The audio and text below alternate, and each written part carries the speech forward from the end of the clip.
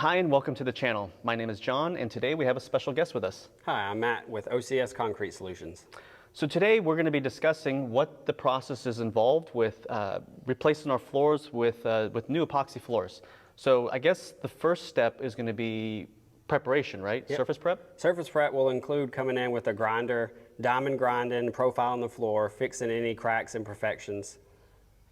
Great. And then now with this, I've heard a lot of people talk about the difference between like 1 day and 2 day epoxy floors. Like what's the difference? The difference between 1 day and 2 day would be if you did a 1 day, you're going to use a polyaspartic or a polyurea base.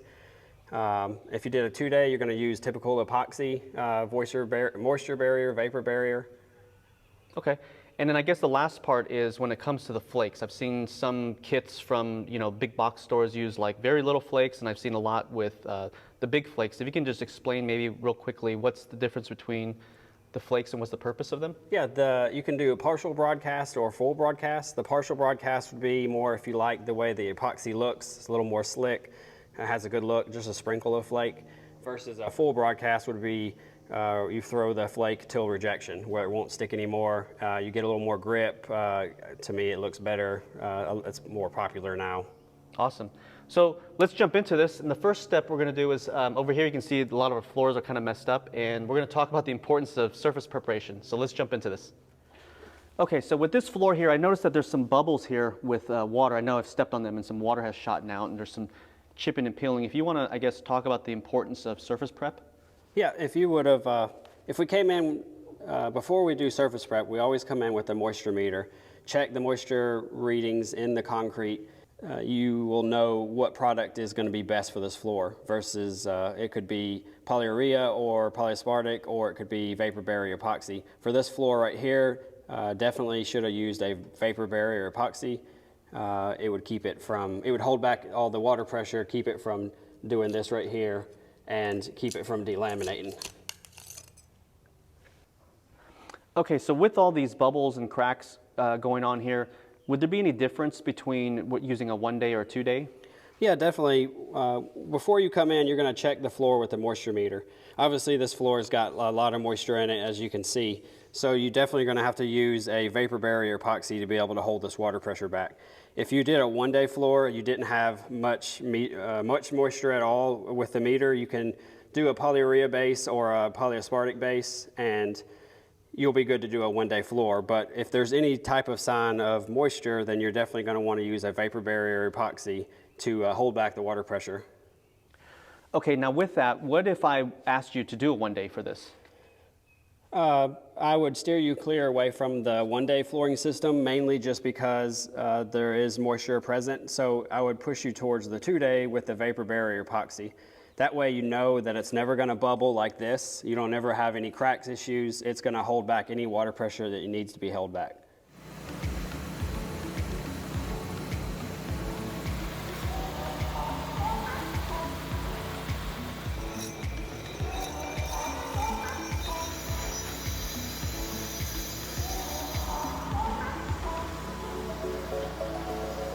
Okay, so I want to take a break from the grinding and let's talk about these bubbles. So what are these bubbles here that we're seeing?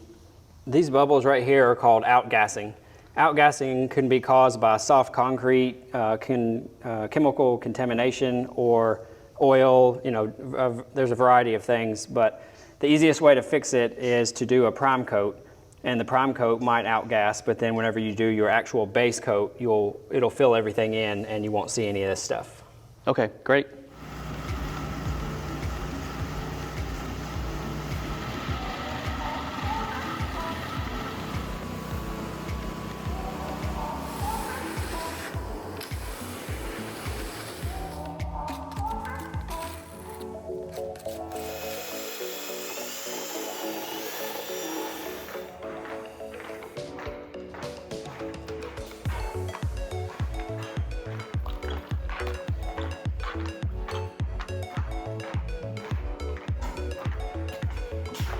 Okay, so first I wanted to ask you about these cracks. So how do you go about repairing cracks? There's a few different types of crack fill that we use. On this particular job, we decided to use the epoxy crack fill just because it has the moisture issues. but you can use a urethane crack fill or a polyurea crack fill. They set up a lot quicker. The epoxy crack fill, you got about maybe 20-30 minutes to work with, so it's a little more user friendly. And then another thing too is we can talk about the concrete differences. This right here is slick finish, so it's a lot harder. As you can see, the scratch pattern's not as deep as it is over here. And the reason is because this has been hit with a power trowel versus this was probably just hit with a bull float when the concrete was poured, or there's a lot more water in it, so it's a lot softer. Okay, so now how is this gonna, will this make a difference when we're doing the epoxy flooring when it's finished? Is it gonna make any difference? No, it'll actually, it'll be about the same. If anything, the softer concrete might end up outgassing more. So you might end up having to do, if you have really soft concrete, you would have to do a prime coat, possibly, just to keep it from outgassing as bad.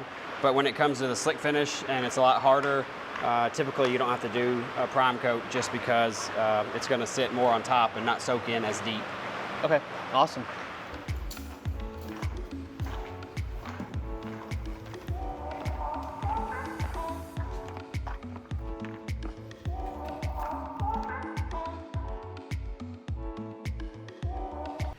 Hey Matt, so I wanted to talk to you about, can you explain what these like little bubbles are that we see here? Yeah, some of these little bubbles, it's either outgassing, some of it's some dust, some of it's where it's soaked in. It's one of the perks of doing a prime coat. You don't have to worry about it outgassing whenever you do your base coat. Since this pad had some moisture issues, we went ahead and did the prime coat just to be on the safe side. And so it's gonna take all of this out of the base coat whenever we do the final product. Okay, so with this prime coat, typically you don't have to do a prime coat, but since we did one for the moisture issues, just to be safe, you want to swing sand it so the new base will adhere better. Usually if you do it within 24 hours, you don't have to worry about it'll chemically bond, but we like to be on the safe side, give a little roughness. You want to basically just degloss it so the next coat of epoxy will stick better, but it'll also get rid of any imperfections, any dust sticking up. It'll cut the tops of it off, kind of fill in any of the voids that you can see here. You know, it'll just make it look a little bit better, so whenever you do your base, you don't have to worry about it not adhering as good. This right here is a swing sander that we use. Typically you want to use 60 grit sandpaper just so it adheres a little bit better. You know, more aggressive you go, the better it's going to adhere. And then once you get done with this, you'll acetone wipe it, vacuum it, acetone wipe it, and then you'll put your next base down and kind of go for the next step of the system.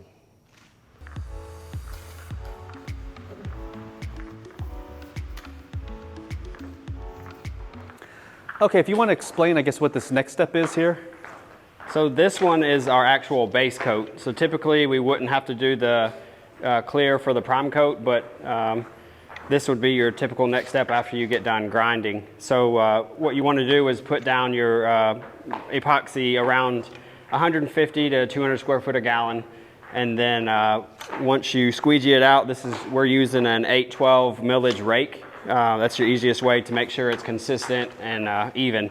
Once you get done spreading it out and edging, you'll take your roller, roll it all, make sure it looks good and consistent, and then you'll actually grab your flake and start throwing your flake in. And we'll take a video of it in a minute, but you'll just throw it till rejection pretty much.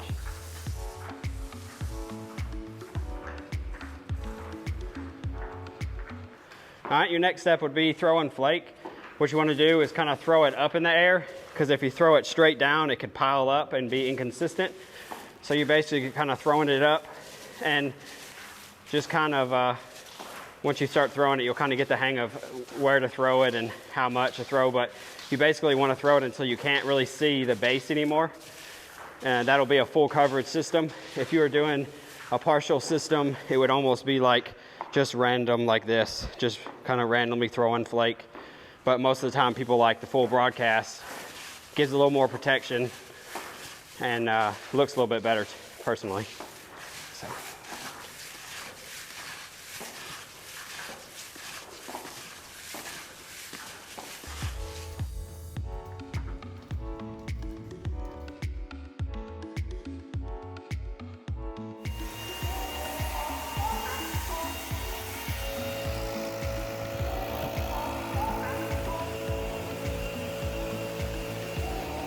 So in the clip before this, you saw us blowing the flake. What you can do is reclaim it. It's still good flake, so everything that's left on top, you can blow it to a corner and kind of scoop it up, put it back in your box. You can reuse it over and over. It doesn't normally break down as long as you don't scrape it first. But once you get it reclaimed, there's two ways to flatten the flake out, because a lot of times it'll stand straight up on edge, and you'll see it in your top coat. So you can either go like this and just slowly scrape it, or if you have a bigger space and you want it to be more smooth, we typically will swing sand it. So when you swing sand it, it just makes it a little bit more smooth, but it's still rough enough to have some grip whenever you're walking around. So what we'll do is we'll swing sand this whole thing, and then probably blow it again, reclaim whatever's left, throw that away, and then vacuum it, and then we'll put down the polyaspartic top coat. When you're scraping, you want to kind of have it at an angle, not real high, because it'll dig too much. But you just kind of let it sit on the floor, not putting a ton of pressure on it.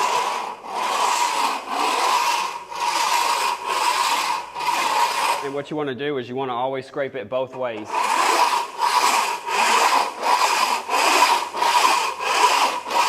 That way, whenever you get done and just vacuumed, you don't see lines where you just scraped it one way. If you scrape it both ways, most likely you're not going to have any lines like that, like ghost lines.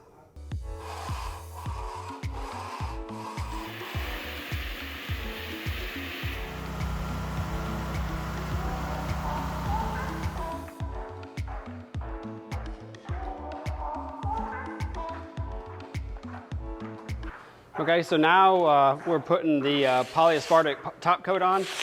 Before you put it on, you want to make sure you tape your rollers, get any fuzzies off. We'll tape this roller and then our small 6-inch roller. We also like to use a foam squeegee to put it down.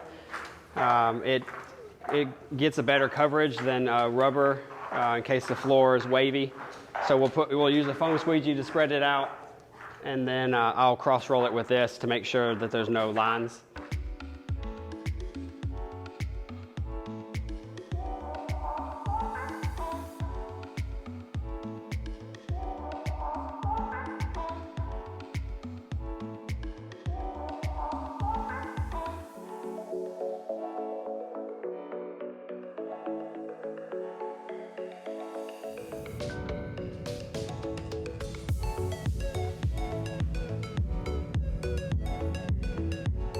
All right, so we're back. As you can see, we started putting everything back in the shop. So I just wanted to have Matt go over, you know, like how long do we have to wait before we can move everything back in?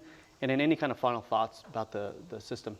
Yeah, so pretty much once we get done with the polyaspartic top coat, you got about 24 hours. You can start moving stuff back in. So you got a quick return to service. Now that the floor is set up, we've loaded everything back in. You know, you've got slip resistant. Now with the floor, I noticed that when we finished the floors in the garage, you had left the system, like however the, was it the flake epoxy was set, you put the, was it polyaspartic on top of that. And I noticed that it was a little bit more of a sandpapery type feel to that, so it had a lot more grit to it. And I know this one, you did something a little bit different just to make it a little bit easier with mopping the floors. Did you want to kind of cover that? Yeah, the difference was in the garage, there's two ways to smooth the flake out. You can either scrape it with a scraper, which is typically what most people do, or you can go back with a swing sander, sand it with some light sandpaper. It kind of makes it a little bit easier to clean. It's still grippy enough that you're not going to slip, but it's a little more smooth. Okay, cool.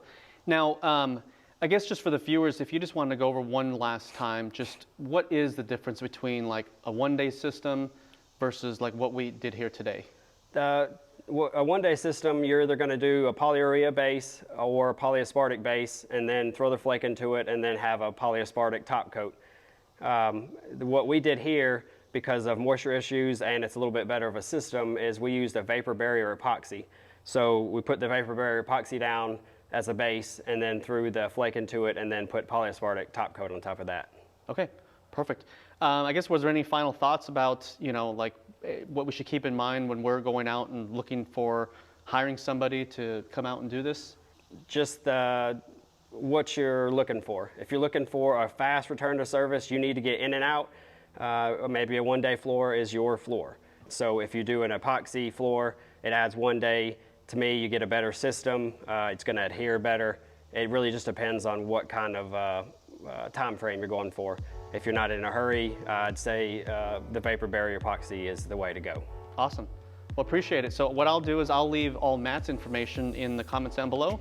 And I appreciate you guys. If you guys thought this video was helpful, please do me a favor, give me a thumbs up there. And if you want to be notified of any kind of future videos that come out, feel free to subscribe. But I will see you guys on the next one. Thanks. Have a good one.